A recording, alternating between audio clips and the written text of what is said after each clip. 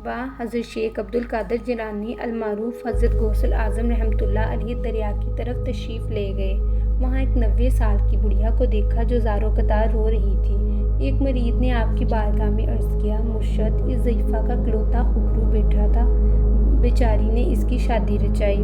دلہا نکاح کر کے دلہن کو اسی دریا میں کشتی کے ذریعے اپنے گھر لا رہا تھا کہ کشتی الٹ گئی اور دلہا دلہن سمیت ساری بارات ڈوب گئی۔ اس واقعے کو گزرے ہوئے تقریباً 12 سال ہو چکے ہیں، مگر ماں کا جگر ہے کہ بیچاری کا غم جاتا ہی نہیں ہے۔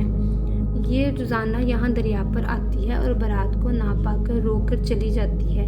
حضرت غوث اعظم رحمۃ اللہ علیہ کو اس ضعیفہ پر بہت ترس آیا۔ آپ نے اللہ تعالیٰ کی بارگاہ میں ہاتھ اٹھا دیے۔ چند منٹ تک کچھ ظہور نہ ہوا، یعنی کوئی کشتی یا کوئی سواری یا کوئی ڈوبا ہوا شخص نمودار نہ ہوا، تو آپ بےتاب ہو کر بارگاہ الہی میں عرض گزار ہوئے، اے مالک و مولا، اس قدر تاخیر کی کیا وجہ ہے؟ ارشاد ہوا، اے بندے، یہ تاخیر خلاف تقدیر نہیں ہے۔ ہم چاہتے تو ایک حکم کن سے تمام زمین و آسمان پیدا کر سکتے تھے، مگر حکمت کے تحت 6 دن میں پیدا کیے۔ بارات کو ڈوبے ہوئے 12 سال گزر چکے ہیں۔ اب نہ وہ کشتی باقی رہی ہے، نہ ہی اس کی کوئی سواری۔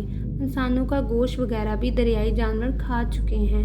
ریزہ ریزہ ہو کر اجزائے جسم میں اکٹھا کروا کر دوبارہ زندگی کے مرحلے میں داخل کروا دیا ہے۔ اب ان کی آمد کا وقت ہے۔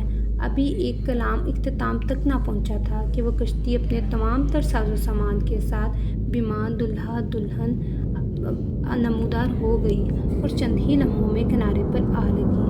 تمام باراتی حضرت شیخ عبد القادر جیلانی رحمۃ اللہ علیہ سے دعائیں لے کر خوشی خوشی اپنے گھر چلے گئے۔